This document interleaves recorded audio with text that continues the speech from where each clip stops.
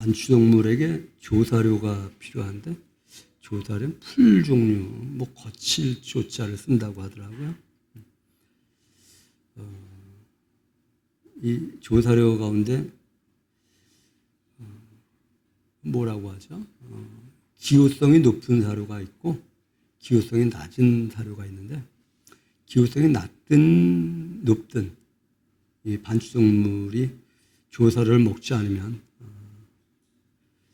제 기능을 하지 못한다고.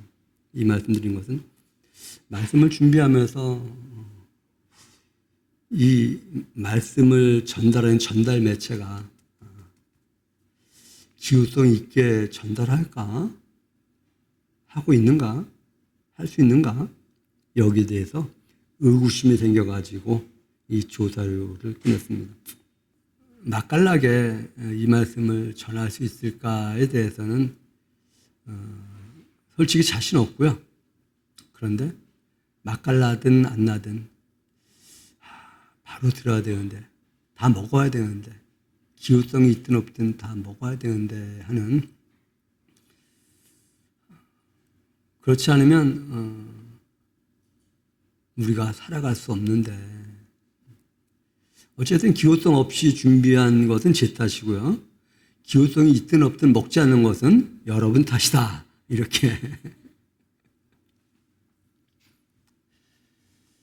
셋째화의 서막 앞에 그런 제목을 잡았다가 바꾸었습니다. 나팔이 불려져야. 그리고 또는 나팔이 불려지니.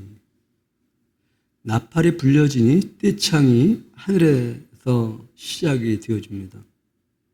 이 말을 각색하면 하나님의 시간이 되어야 하나님의 계획이 진행되어진다. 떼창, 때를 지어 노래하는 것, 이렇게 사전적 의미가 있습니다. 하늘에서 어떤 떼창의 소리가 들리는가? 세상 나라가 하나님의 나라가 된다는 떼창이 들려지는 것입니다. 언제? 일곱 번째 천사가 나팔을 불 때에, 일곱 번째 천사가 나팔을 불 때에 불면 셋째 화가 임한다고 말씀드렸고, 이 셋째 화, 첫째, 둘째, 셋째 화는 이마에 하나님의 인맞지 않은 자들에게. 근데 셋째 화, 다시 말하면 일곱째 나팔이 불려질 때에 화가 아니라 하나님에 대한 칭송이 일어나고 있어요. 화에 대해서 말씀한다더니. 그래서 셋째화의 서막, 이렇게 제목을 잡은 것입니다. 언제 일곱 번째 나팔이 불려졌는가 다시 한번 거슬러 올라가 보시기 바랍니다. 다섯 번째 천사가 나팔을 불자 이마에 인맞지 않은 자들만 해야라고 하면서 황충을 보내는 내용이 나옵니다. 그리고 여섯 번째 나팔이 불려질 때 유브라데 강에 결박해 놓았던 천사들이 노임받아서 정해진 시간의 3분의 1을 해야 하게 되어지는, 그리고 이들의 영역 안에는 마병대가 있고 마병들이 그냥 조금 뻥을 튀겨서 그렇게 표현할게요. 초토화시키는 그 가운데 살아남은 자들, 영락없이 회개하지 아니하고 영락없이 우상 숭배하더라. 이마에 하나님의 입맞지 않은 사람들의 공통점은 회개하지 않는다. 또한 이마에 하나님의 입맞지 않은 자들은 우상을 금은 목동으로 만든 우상을 지속적으로 섬긴다. 아니 어찌 보면 우리의 지극정성이 부족해서인가 하면서 또 다른 우상을 만들어가고 있는 모습을, 그 막간에, 그리고 나서 막간에 일곱 번째 천사가 나팔 불기 전 막간에 힘센 천사가 두루마리를 먹으라고 하고, 이 먹은 이 이후에 다시 예언하게 될 것이라고 하는데 그 이후에 두 증인이 등장했고, 이 두 증인은 성경이라는 또는 예수 그리스도라고 하는 이미지로 여러분들에게 설명을 하면서 성경이 예수 그리스도가 증거되어지는 시대가 있는데 잠시 멈춰진 증거되어지지 않는 그런데 그것을 죽었다 이렇게 표현하는데 죽음으로 끝나는가? 아니다. 하나님이 다시 생명을 주심으로 살아난다. 이 말씀을 여러분들에게 드린 기억이 있습니다. 이제 셋째화가 임하게 된다고 14절 오늘 우리가 읽지 않았지만 14절에서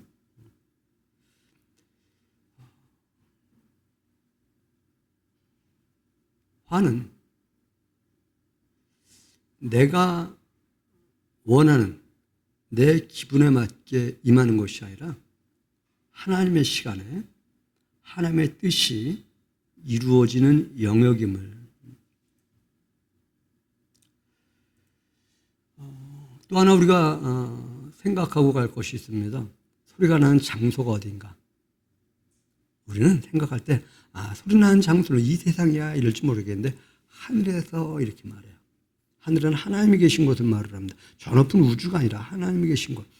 여러분에게도 하나님이 계신다고 한다면 여러분들에게도 이러한 소리가 들릴 수 있기를 바랍니다. 소리가 나는 장소는 하늘인데 이 세상 아닌데 땅에 속한 자들이 아닌 하늘에 속한 자들의 모습과 땅의 영역이 아닌 하늘의 영역을 보여주고 있다. 큰 소리들이 하모니가 이루어지는 느낌입니다. 앞에서 말씀드렸듯이 떼창이 진행되어지는 것 같은 떼창은 한 마음이고 한 뜻이 이루어지는 것입니다. 교회가 한 마음이고 가정이 한 마음일 때 역사가 일어나는 줄 믿습니다. 이렇게 제가 이렇게 살펴봤어요. 3분의 2는 제 말에 귀를 기울이고 3분의 1은 시큰둥하고 이것은 하나가 아니라 둘입니다. 하나님 말씀에 모두가 집중하고 있는가 아니면 교회가 한 마음인가 두 마음인가. 그런데 떼창보다 더 중요한 것, 한 마음 되는 것보다 더 중요한 것을 말하고 있습니다. 그 떼창의 내용이 무엇인가 하는 것입니다. 한 마음됨의 내용이 무엇인가. 세상 나라가 하나님 나라가 되어서 하나님의 세세토록 영원히 다스린다는 것입니다. 할렐루야. 이러한 신앙 고백이 하나같이 이루어지는 그러한 교회가 되길 바랍니다. 그런 성도가 되시기 바랍니다. 그럼 세상 나라가 무엇인데? 세상 나라는 오늘 어린이들에게 표현했던 그 표현을 다시 쓸게요. 나는 밤을 먹었다. 무슨 말하는 거예요? 나는 밤에 잠을 잤다. 똑같은 밤인가요? 다르죠? 문맥 속에서, 문장 속에서, 언어 속에서 어떤 때에 이 단어가 쓰여졌느냐. 세상이라는 단어도 어떤 환경과 정황 속에서 쓰여졌느냐에 따라서 그 의미와 시사하는 바가 달라집니다. 세상은 사단의 대명사이고 사단에 대한 대명사이고 하나님 나라는 하나님에 대한 대명사입니다. 내가 하나님의 나라에 속했다는 것은 하나님 편에 속했다는 것이고 세상 나라에 속했다는 것은 세상 다시 말해 사탄에게 속했다라고 하는 것입니다. 다시 말하면 사탄의 영역에 있던 사탄 아래에 있던 세상이 하나님이 다스리는 나라가 되어진다. 이것이 어디에서?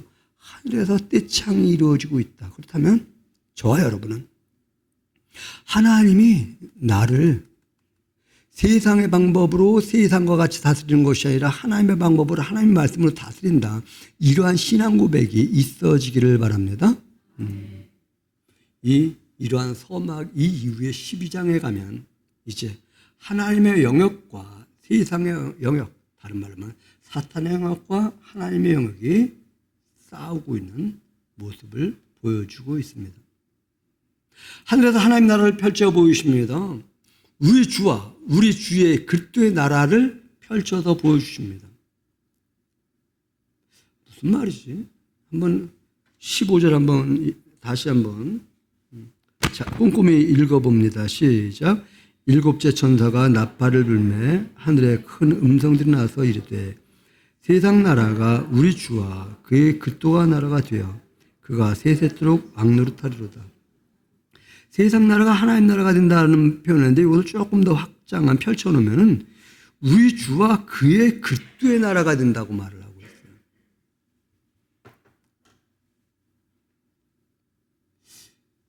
우리 주는 하나님인데 그 하나님과 하나님의 그리스도의 나라, 이 말은 하나님에게도 그리스도가 있다는 말이에요. 뭔 말이야? 우리에게만 그리스도가 있으면 되지 뭐 하나님에게까지 그리스도가 필요한 거야?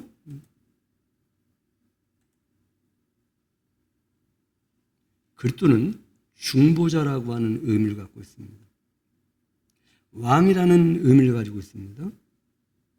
선지자라는 의미를 가지고 있습니다. 그러면 우리에게 왕인 건 알겠는데, 우리에게 중보자라고는 건 알겠는데, 우리에게 하나님 말씀을 전하는 분이라는 건 알겠는데, 아니 하나님에게 하나님 되시고, 하나님에게 왕이 되시고, 하나님에게 중보자가 되고, 하나님에게 말씀을 전하십니다. 말이 좀 이상하지 않나요? 이렇게 정리하시기 바랍니다. 하나님은 우리를 당신 백성 삼으시기 위해서 아들을 보내셔서 중보자 삼을 때 사람의 중보자만이 아니라 나의 중보자로 삼으셨다라고 하는 것이죠. 이 말은 우리가 그리스도를 받아들였듯이 우리 주님도 예수님을 그리스도로 받으셨다는 것입니다. 오묘한 표현이기 때문에 고개가 갸우뚱거려질 수 있습니다. 이것을 용접으로 비유를 해봅니다. 남자분들은 대체로 용접의 개념을 알 거예요. 두 쇠판을 용접할 때 이 용접봉이 하나만 녹입니까? 두 개를 다 녹입니까? 하나만 녹인다고 한다면 붙나요? 붙지 않나요? 다시 말하면 우리의 그리스도가 되시는데 하나님의 그리스도가 되지 않는다고 한다면 하나님과 우리가 일치되어지지 않기 때문에 하나 되어질 수 없기 때문에 자기의 자리를 비우고 내려오셔서 낮아지신 그분과 같이 나도 비우겠다라고 하는. 예수님은 사람에게만 그리스도가 아니라 하나님에게도 그리스도가 되시겠다. 이 표현을 진행시키려면 하나님 나라는 우리에게만 변화를 요구하는 것이 아니라 하나님 자신도 변화하셨다. 다른 말로 말하면 하나님이 변화를 이루셔서 낮은 곳으로 오셨듯이 우리도 변화를 이루어서 낮은 곳으로 내려가야 된다라고 하는 이것이 하나님의 나라라고 하는. 하나님의 나라는 신앙생활에는 희생이 따릅니다. 희생 없는 신앙생활 성립되지 않습니다. 희생이 있어야 신앙생활이 성립된다는 것은 우리로 신앙생활하게 하시는 하나님도 희생하셨다는 것입니다. 하나님이 우리를 위해 희생하셨듯이 우리도 희생할 때에 하나가 되어지는 것이지, 하나님은 우리를 위해 희생하셨습니다. 그러나 나는 희생하지 않았습니다 하면 하나님 나라가 이루어지지 않는다. 오늘 원고에 넣었다가 빼버린 내용이 있는데요. 어떤 다른 사물의 예를 들면 그 사물에 대해 사람을 예를 들면 사람에 대해서만 기억을 하기 때문에 야 이거 했다가 괜히 또 그 사람만 부각되고 말하고자 했던 그 본 의도는 시작된다면 어떡하지? 일단 버렸던 자료 다시 갖고 와 볼게요. 신앙이 아무리 좋아도 희생하지 않으면 사람이 결코 따르지 않습니다. 하나님 나라 어떤 곳인가? 희생하는 곳, 섬기는 곳이라고 말을 하죠. 발 씻어주는 곳이라고 말을 하죠. 높은 자가 낮아지는 곳이라고 말을 하죠. 그것이 내 안에 이루어지고 있는가? 아까 끌어왔던 한 사람은 이렇게 밀어내고요. 다시 한번 정리하시기 바랍니다. 신앙생활은 희생이 따른다. 하나님은 우리로 하여금 신앙생활을 하기 위해서 희생하셨다. 고로 우리도 희생해야 한다는 이 대전제가 있지 않다고 한다면 우리 안에 하나님 나라가 이루어질 수 없다. 하나님의 이미지는 너만을 요구하는 것이 아니라 함께를 요구하십니다. 너만 날 섬겨라가 아니라 나도 너 섬길게. 그래서 그 표현을 어떻게 표현했었죠? 하나님의 시선이 머무는 교회일 뿐만 아니라 하나님께 시선을 두는 교회, 이런 표현을 했습니다. 하나님이 우리를 구원하러 오셨다, 내가 너를 구원했다라고 했는데 그 말을 받아들이지 않는다고 한다면 구원은 나에게서 이루어지지 않아요. 내가 너를 위하여 헌신했다라고 했는데 내가 너에게 능력을 주었다고 말씀하셨는데 그것을 받아들이자면 우리에게는 능력이 나지 않습니다. 저는 가끔 진수가 예배를 드리는 건지 안 드리는 건지 뭐 하는 건지 잘 이해가 안 되는데 그를 통해서 참 놀라운 것을 들어요. 목사님, 제가 농구 구경 갔다가 지갑을 잊어버렸어요. 야, 농구에만 빠지지 말고 하나님을 잘 예배했으면 좋겠어. 근데요, 내 말을 안 들어. 근데요, 지갑을 잃었는데요, 기도했어요. 그랬더니 신고하래요. 그래서 신고했어요. 그랬더니 하나님이 그렇게 말씀하셔요. 걱정하지 말라고요. 그럼 이제 하나님이 찾아주시는 거 맞죠? 그러다가 또 이어서 한 말이 그거예요. 너 스스로를 정죄하지 마라. 그런 말을 하더라는 거죠. 야, 이놈이 뭔 얘기하는 거야, 이거. 여러분 안에 무언가 부족하고 아쉬울 때에 잘못한 것 같은 것이 있을 때 여러분 스스로 정죄하지 않나요? 근데 이놈은 하나님의 말씀을 들어요. 나보고 정죄하지 말래요. 우리는 무언가 한 사건이 있을 때 내 탓이다 하면서 나를 정죄하잖아요. 근데 하나님은 나 그것도 다 덮어주었다. 이렇게 말씀하시는 것을 듣는 사람에게는 할렐루야 아멘이 나오는데 하나님이 그렇게 말씀하시는데 나는 그것을 받아들일 수 없습니다 하면은 그 말씀이 나에게 능력으로 나타나지 않는다. 세상 나라가 주와 그의 그리스도의 나라가 된다. 영원히 세세토록 영원히 그렇게 된다. 이렇게 말씀하셨는데 그 말씀을 여러분이 받아들이지 않는다고 한다면 이 말씀은 저와 여러분에게 아무 상관이 없어요. 하나님의 아들 예수님을 그리스도로 받아들이셨듯이 우리도 하나님의 아들 예수님을 그리스도로 받아들여야 되는데 하나님이 받으셨다는데도 나는 안 받아. 여러분 예수님이 여러분의 그리스도임을 믿으시기 바랍니다. 받아들이시기 바랍니다. 그리고 하나님도 예수님을 그리스도로 받으셨음을 유념하시기 바랍니다. 그때 하나가 되는 거예요. 그런 논리가 맞는 겁니까? 그냥 성경 구절 안에서 정말 그 말을 하고 있는가 안 하는가? 신학적인 토대, 여러분들이 가지고 있는 사고방식의 토대, 지금까지 받은 영향의 토대를 가지고 보는 것이 아니라 성경에서 정말 그렇게 말하고 있는가? 지금 읽었던 거, 여러분들의 성경도 아마 세상 나라가를 따로 분리해서 표현했을 거예요. 자, 거기부터 읽어요. 같이 시작. 세상 나라가 우리 주와 그의 그리스도가 나라가 되어 거기까지요. 세상 나라가 우리 주 하나님과 그의 우리 주 하나님의 그리스도의 나라가 되어. 그러면 그 말하는 그리스도는 하나님의 그리스도도 되심 이것을 포함하고 있습니다. 하나님 나라는 하나님과 사람이 그리스도를 통하여 온전한 조화가 이루어지는 곳이다. 하나님이 예수님을 그리스도로 받으셨다듯이 우리도 그리스도를 받아야 한다. 하나님이 예수님을 그리스도로 받는 희생을 하셨듯이 우리도 예수님을 그리스도로 받는 희생을 해야 한다. 여러분, 우리 자아대로 살아가는 것이 편합니까? 아니면 우리 자아 뭉개버리고 그리스도의 뜻을 받아들이는 것이 편합니까? 그 말에 대한 답이 잘 안 나온다고 한다면 일상에서 나는 내 생각에 내 자아의 영향을 받습니까? 아니면 그리스도의 뜻에 영향을 받고 말하고 생각하고 살아가고 있습니까? 물론 온전한 신앙생활을 하고 한다면 그리스도를 받아들이는 것이 내가 편합니다. 그런데 실상은 그것이 잘 이루어지지 않는. 성도는 하나님같이 세상 나라가 하나님과 하나님의 그리스도의 나라가 된다는 마음이 하나 되어야만 합니다. 하나님은 그렇게 말씀하신 거예요. 세상 나라가 내 나라가 된다. 그리스도의 나라가 된다. 이렇게 말씀하셨는데 그 말씀과 우리 마음이 하나 되어져야 된다.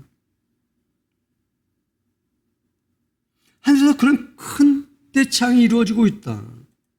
세상 나라가 하나님 나라가 된다. 떼창이 하나님에게 하늘에서처럼 우리에게도 그러한 떼창이 이루어져야 하는데 이것을 한 마음이라고 하는 것입니다. 아까 제가 처음에 눈을 감고 그것이 아니라 정말 맞습니다. 하나님. 세상 나라는 하나님의 나라가 될 것입니다. 그 말을 조금 더 분석해 보면 이렇게 되어져요. 여러분 안에 두 마음이 있어요, 없어요? 여러분은 없고 저에겐 두 마음이 늘 있어요. 늘 공존해요. 하나님의 나라가, 하나님의 마음이 풍성할 때 내 마음이 행복한데 세상의 마음이 더 커지면 내 마음이 안 행복하더라고요. 근데 하나님이 이렇게 말씀하시는 거예요. 야, 그 세상의 마음이 사라질 때가 있을 거야. 지금 이렇게 말씀하시는 거예요. 거기까지 접근이 될까요? 그랬으면 좋겠는데.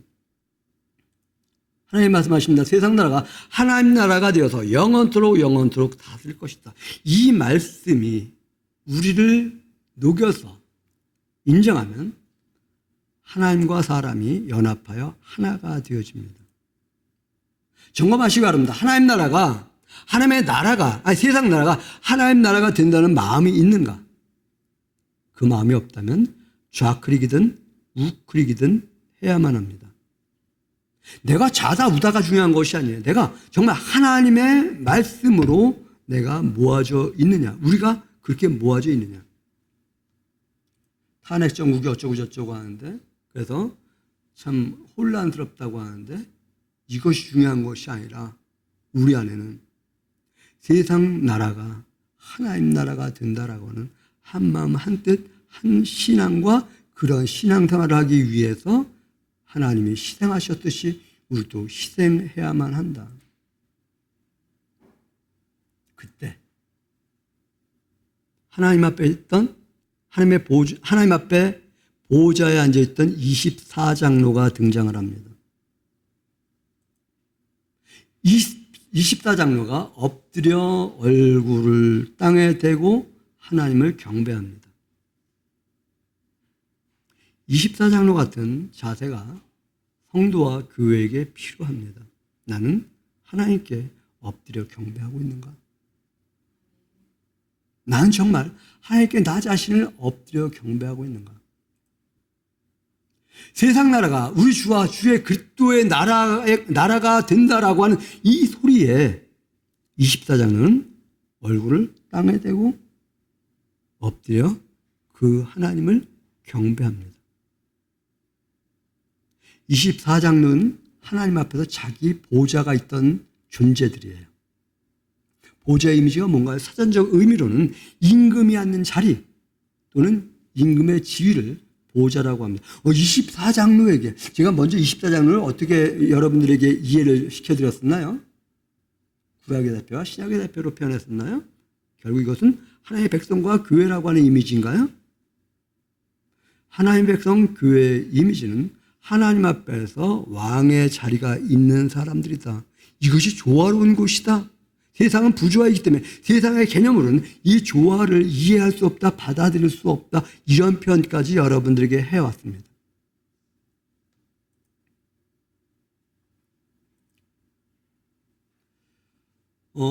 그것이 받아들여지기 어렵다고 한다면 이 구절을 한번 생각해 보시기 바랍니다. 왕 같은 제사장이라고. 그렇죠? 여러분 왕 같은 제사장 맞습니까? 상속자 맞습니까? 머리와 몸이 하나 맞습니까?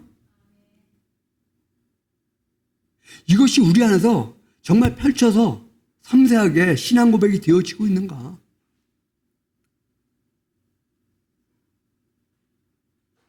하나님은 당신 백성에게 보좌를 주게 해서 왕의 자리를 주게 하기 위해서, 그래서 땅을 다스리게 하기 위해서 하늘 보좌 버리고 이 땅에 오셨다.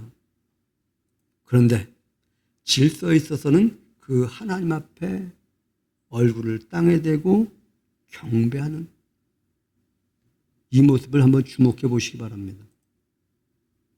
내가 하나님과 연합체를 할지라도 하나님 앞에서 엎드려 경배하는, 사람의 피의 약 20%가 머리로 간답니다. 머리를 통해서 모든 신체의 구조가 움직인답니다. 나는 머리에 의해서 내 신앙생활에 움직임이 있는가? 머리신 예수 그리스도를 통해서 내 신앙생활이 움직이고 있는가? 아니면 내 의지에 의해서 신앙생활이 유지되고 있는가? 지난 주간에 누가 그러더라고요. 자기 부인이 구안화사가 걸렸었대요. 그래서 한의원 가서 치료받기 위해서 있는데 벼랑간에 하나님의 말씀이 들어오더래요. 하나님의 말씀이 들어왔다는 건 뭘까요? 하나님의 말씀이 선명하게 내 안에 다가온 거예요. 그래서 뻘떡 며칠 동안 치료받았었는데 뻘떡 일어나서 그냥 왔대. 치료 안 받고 집에 와서 조금 있다 보니까 풀렸대요. 물론 이건 현상적인 것입니다. 하나님의 말씀이 각 사람을 움직이고 하고 있는데 24장로가 하나님께 경배하여 이르되, 경배했다고 해요. 그러면 우리는 경배가 뭘까? 찬양과 경배는 잘 알겠는데 경배가 뭘까? 여러분, 오늘 저는 여러분들이 주에서 이거 하나는 정리하고 갔으면 좋겠습니다. 하나님을 경배한다는 것은 감사와 신앙 고백이 있는 것이 경배다. 이르되 이렇게 말해요. 24장로가 이르되 하면서 17절 이르되 하면서 감사하옵나니 이렇게 말해요. 무엇이 감사할까? 일단 그렇게 고백했으면 좋겠습니다. 나에게 보좌를 허락하신 하나님 감사합니다. 왕의 지위를, 왕권을 주신 하나님 감사합니다. 이 말을 우리가 잘 듣던 말을 구원하신 것 감사합니다. 백성 삼으신 것, 자녀 삼으신 것 감사합니다. 상속자 되게 하신 것 감사합니다. 이것인데 이것을 다른 말로는 보좌를 주셨다라고 하는 것이죠. 그래서 주님 감사합니다. 여러분, 그 감사 있나요? 그 감사가 여러분 마음에 없다고 한다면 하나님, 이 감사의 하나님 말씀이 나에게 들어옴으로 말미암아 내 온 몸과 마음이 감사로 살아가는 감사의 영향이 있는 그러한 삶이 되게 해주시옵소서. 이르되 감사하노니, 그러면서 어떤 신앙 고백을 하고 있는가 한번 보시기 바랍니다. 옛적에도 계셨고 지금도 계신 주 하나님 전능하신 이여 친히 큰 권능을 잡으시고 왕 노릇하시도다. 왕 노릇하니까 조금 노릇이라는 표현이 우리 정서 속에는 이렇게 좋은 표현 같지 않아요. 왕으로, 다른 성경에서 왕으로 군림한다, 왕으로 통치한다, 왕으로 다스린다, 이런 단어로 해석을 해 놓았습니다. 나에게 하나님의 보좌를 만들어 주신 것 감사한데, 그 하나님은 어떤 하나님과에 대한 신앙 고백이 있어야 돼요. 옛적에도 계셨고 지금도 계신 주 하나님, 곧 전능하신 큰 권능을 가지고서 왕의 역할을 수행하시는, 그렇게 표현해도 될까요? 중앙정부 아래 지방정부 있죠?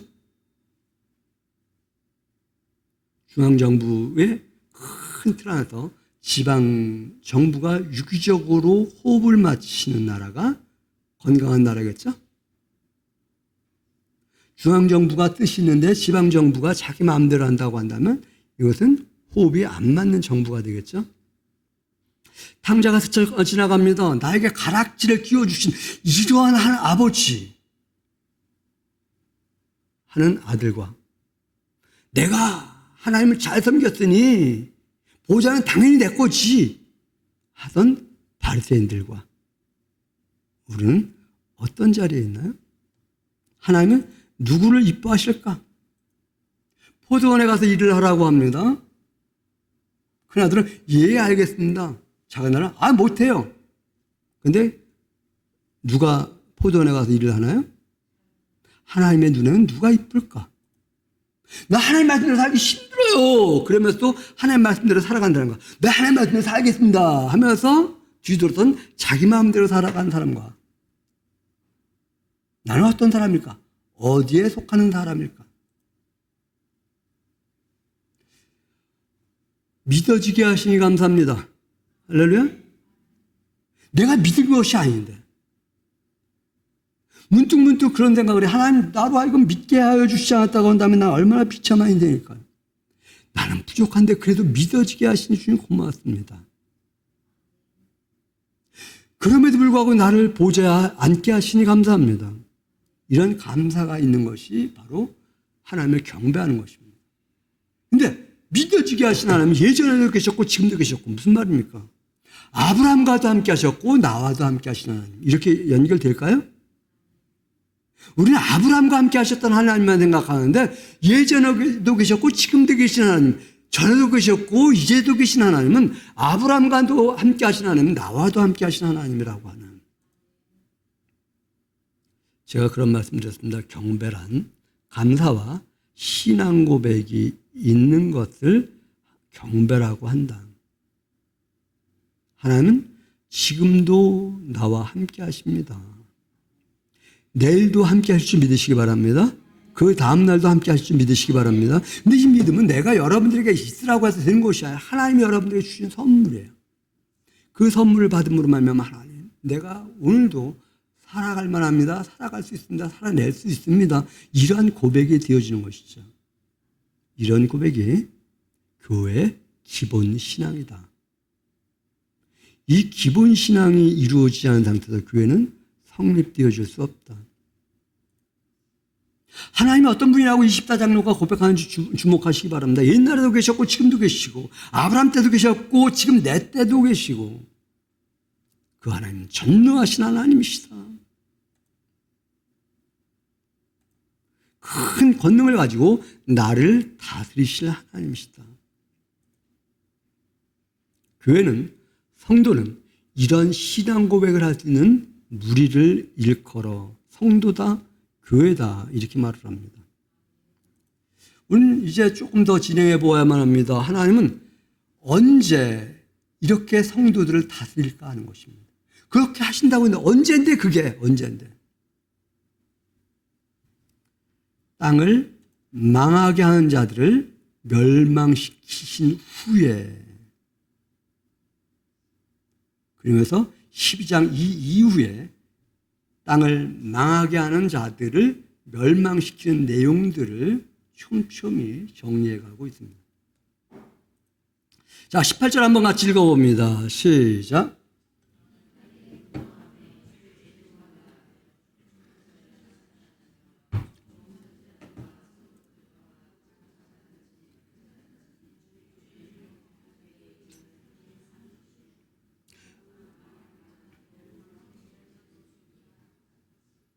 이방들이 분노한다고 합니다. 왜 분노할까?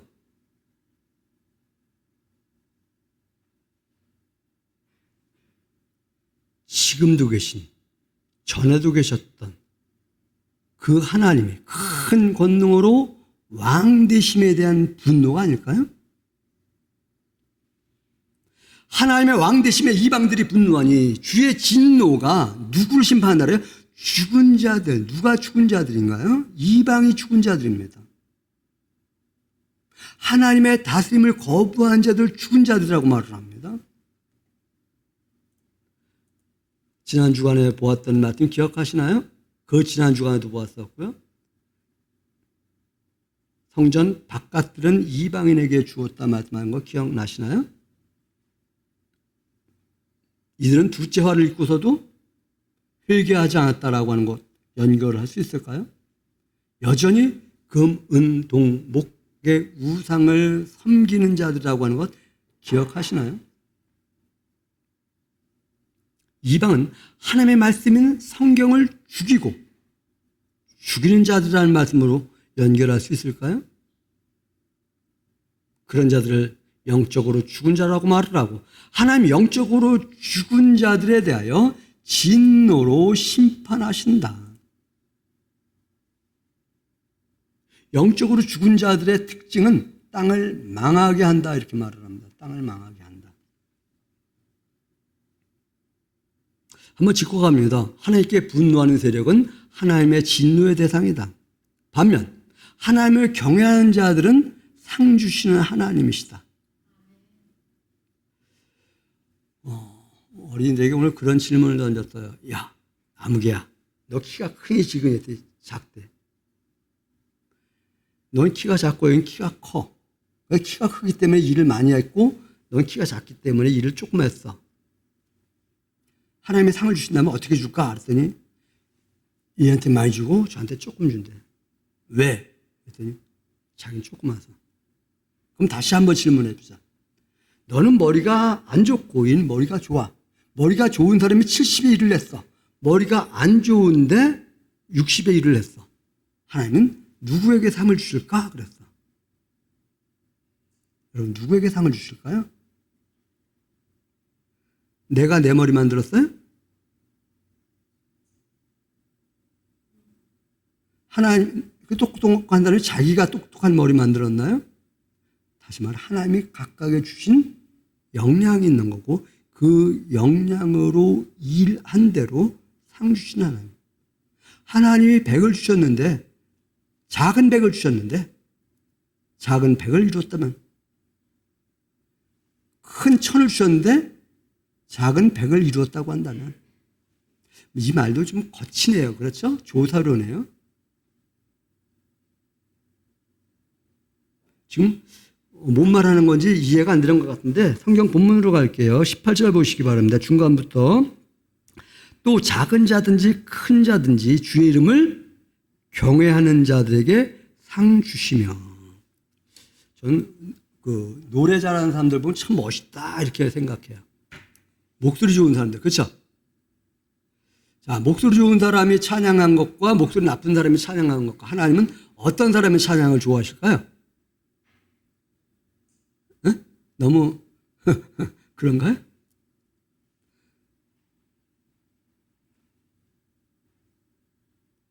아무리 목소리가 좋아도 찬양하지 않는다고 한다면, 목소리가 안 좋아도 하나님을 찬양한다고 한다면 하나님 누구를 받으실까 하는 것이죠. 어떤 사람은 100만 원을 버는 사람이 있고 어떤 사람은 1000만 원 버는 사람이 있어요. 내가 100만 원을 버는 것을 가지고 하나님 나라를 위해 살아가는 사람과 1000만 원을 버는 재능을 가지고서 자기 임의대로 살아가는 사람과 하나님 누구에게 상 주실까라고 하는 거예요.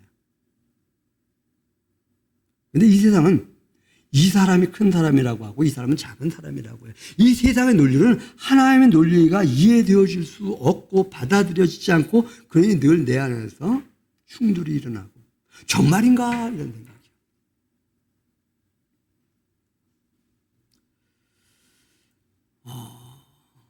말이 조금 중간에 좀 밑에 있게 올라왔는데 다시 한번 정리하면서 갈게요. 하나님은 누구를 멸망시키는가? 땅을 망하게 하는 자들. 땅은 무엇일까?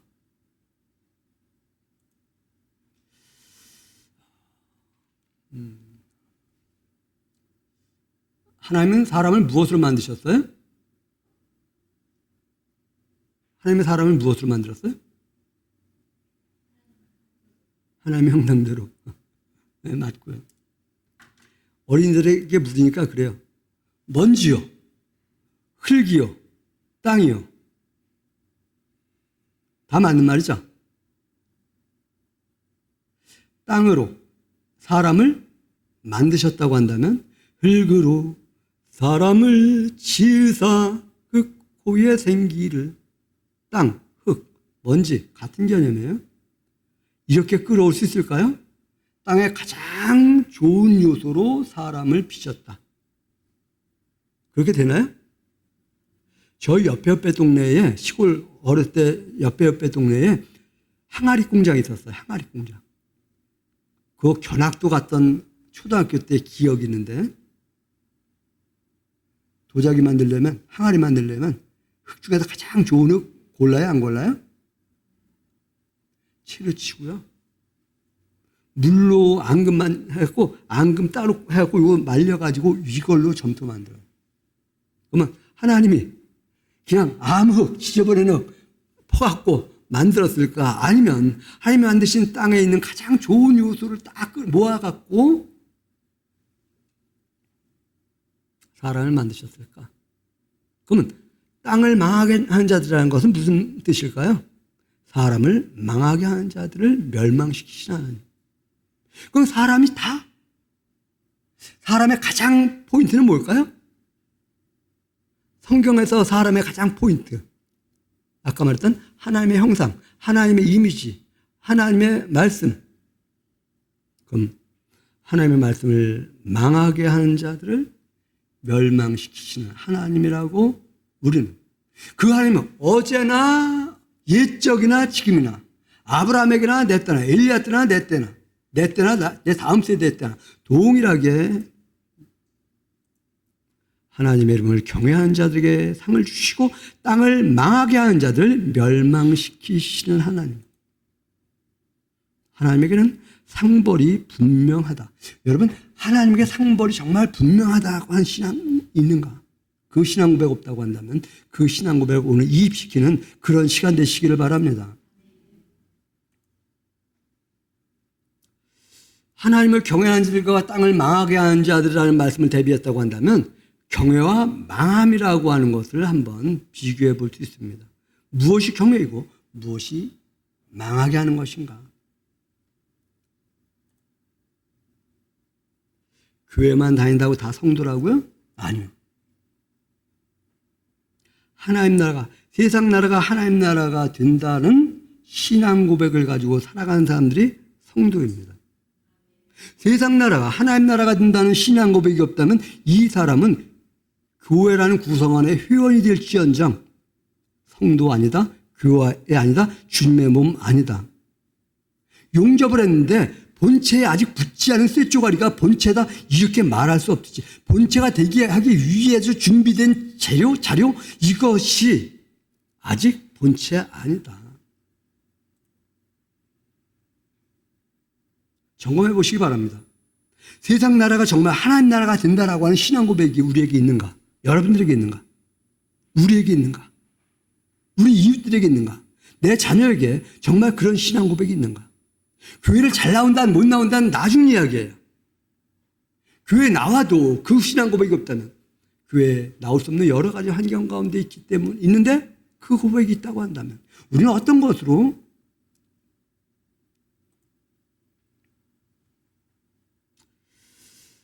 하나님을 경외하는 자들에게 상 주신 하나님이라고 말씀하십니다. 경외란 공경하면서 두려워한다는 국어사전적 의미가 있는데 경외는 경배하는 외적 행동입니다. 무엇을 경배라고 말을 했습니까? 감사와 바른 신앙 고백. 신앙 고백 아닙니다. 바른 신앙 고백입니다. 전에도 계셨고 지금도 계신 그 하나님의 전능하신 모습으로 왕으로 나를 통치하심으로 말미암아 다시 말하면 중앙정부 건강한 중앙정부가 지방정부를 나에게 맡김으로 말미암아 지방정부를 중앙정부의 뜻에 맞게끔 이루어갈 나. 이러한 고백이 여러분들에게 있다고 한다면 이것이 들어온다고 한다면 이해가 되어진다고 한다면 내가 이렇게 대단한 존재야?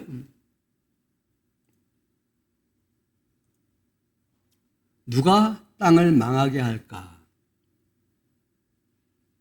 누가 하나님이 거하신 땅을 망하게 하는 자일까? 정리할게요. 자기가 기준인 사람이 하나님이 거하신 땅을 망하게 한다. 나는 내 안에 내가 기준인 것이 있는가 없는가 볼 때 있어요. 여러분 보자고요. 자기만을 위해 살아가는 사람들은 땅을 망하게 하는 사람입니다. 여러분이 여러분만을 위해 살아가는가 또는 여러분의 가정만을 위해 살아가고 있는가 생각해 보시기 바랍니다.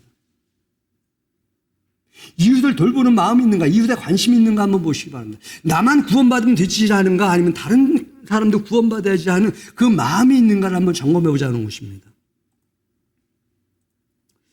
자본주의가 맞을까요? 공산주의가 맞을까요? 자유주의가 맞을까요? 사회주의가 맞을까요? 매우 조심스러운 표현하는 거예요.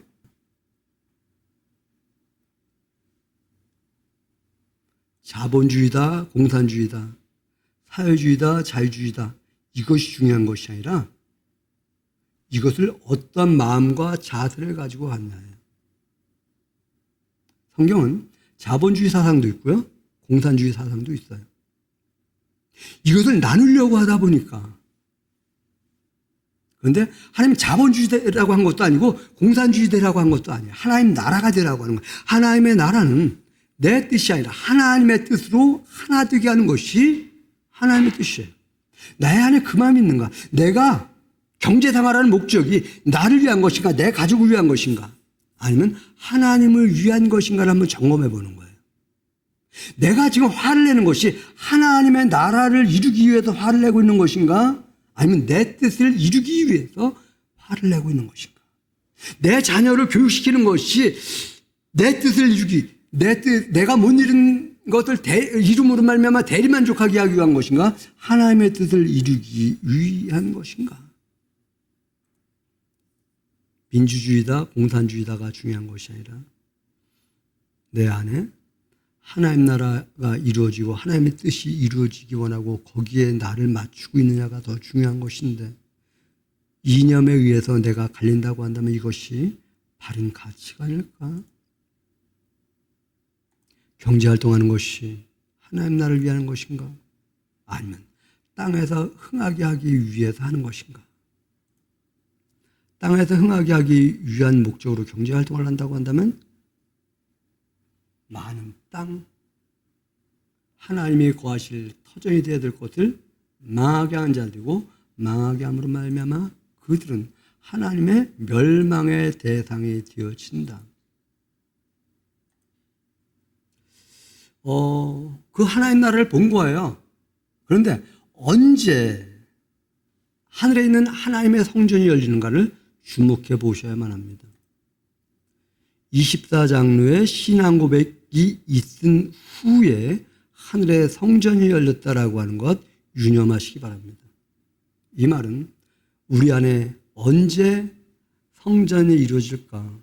감사와 바른 신앙 고백이 있을 때 우리 안에 성전이 이루어진다는 것으로, 또는 땅을 망하게 하는 자들을 멸망시킨 후에 성전이 열린다는 것을, 그것을 19절에서 그렇게 말하고 있는 거예요. 19절 말씀 한번 같이 읽어봅니다. 시작. 거기까지만요.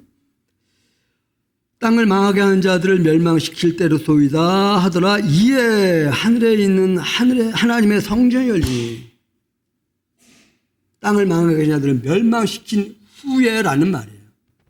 우리 안에 하나님 나라가 임하기를 원하십니까? 그렇다고 한다면 땅을 망하게 하는, 다시 말하면 나를 위해서 살아가야 된다는 기준을 죽인 후에, 그러려면 감사와 바른 신앙 고백이 있어야 되는데, 그러면서 성전에 무엇이 있는지를 보여줘요. 성전에 무엇이 있는가? 결론부터 드릴게요. 약속과 심판이 있다. 거기 언약궤와 무엇이 있다고 좀 말을 하나요? 아까 읽었던 그 이유 이어서 읽어보시기 바랍니다. 시작. 성전 안에 하나님의 언약궤가 보이며 또 번개와 큰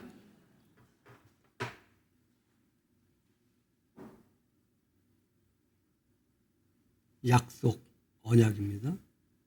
우레, 번개, 우박, 심판입니다.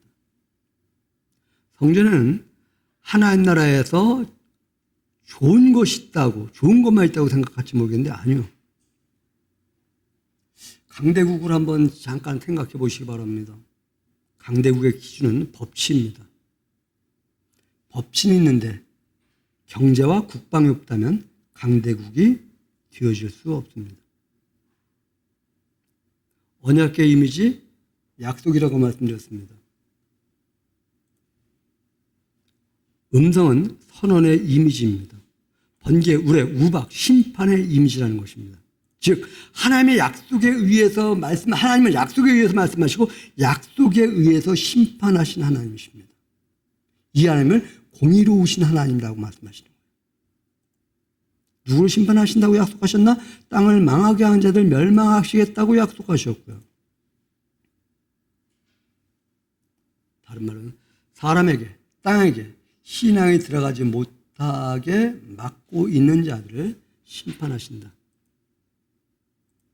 누가? 땅에 있는 사람들에게 신앙이 들어가지 못하게 한 자이며 누가 땅에 있는 자들에게 신앙이 들어가게 한 자일까? 나만을 위해 살아가는 사람과 감사와 바른 신앙 고백이 있는 사람. 이것을 나누어서 생각하시기 바랍니다. 나는 감사와 바른 신앙 생활이 있는가? 아니면 하나님을 믿는 목적이 나와 내 영역만 잘 되기 위함인가? 우리 교회도 교회만 잘 된다라고 하는 이미지를 갖고 있다고 한다면 여기서 한 걸음 더 나가서 세상이 잘 되게 하는 삶을 살아야지. 우리는 땅을 위해 살아가면서 성도라고 자칭하고 있지 않는가 한번 점검해 보면서 땅의 기준으로 땅의 소망을 가지고 살아가면서 땅의 기준을 위해 살아가려고 하면서 난 성도야, 난 구원받았어 이렇게 생각하고 있지 않은지. 그런데 하나님 말씀하십니다. 그런 자들 다 멸망시킨 후에 하나님이 다스림이 이루어질 것이라고 말씀하는 것입니다. 언제 누구에게 하늘이 열리는가? 성전이 보여지는가? 감사와 바른 신앙 고백이 있은 후 또는 하나님의 심판이 땅을 망하게 한 자들을 멸망시킨 후. 일곱 번째 나팔은 다른 말로 세 번째 화라고 말씀을 드렸습니다. 이마에 하나님의 입맞지 않은 자들에게 화가 시작되기 전에 구원받은 자들의 신앙 고백이 어떠해야 하는지를 보여주고 있는 서막입니다. 막연하게 믿으니까가 아니라 바로 믿어야 된다. 크게 믿는 것보다 바로 믿는 것이 중요하다. 우리 큰 걸 지향하죠. 근데 바로 믿는 것을 우리는 큰 교회가 성공한 교회라고 하죠. 아니요. 바로 믿는 교회가. 우리는 헌금 많이 하는 사람들이 신앙이 좋다고 하죠. 아니요. 바른 자세로 헌금하는 자가. 예수님 뭐라고 말씀하셔요? 부자가 한 것보다 과부가 두 렙돈을 넣은 것이 더 크다고. 정말 그 가치 기준이 우리에게 있는가? 나에게 있는가? 여러분들이 헌금할 때 그런 자세를 가지고 헌금하고 있는가?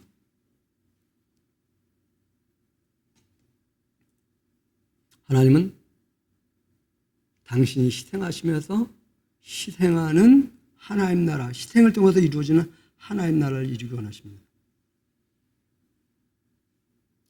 희생이 없는 하나님 나라는 존재할 수 없다. 희생이 없는 구원은 성립되어 줄 수 없다. 우리 하나님이 희생하셨기 때문에 구원이 이루어졌듯이 우리도 희생할 때에 하나님의 구원의 역사가 진행되어진다.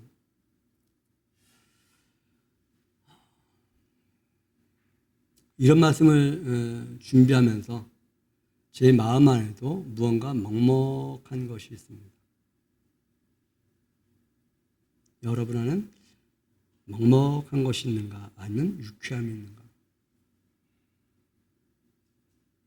하나님의 말씀이 여러분 안에 녹아들게 하기 위해서 여러분을 희생할 수 있는 그러한 성도들 되시기를 주님의 이름으로 부탁드립니다.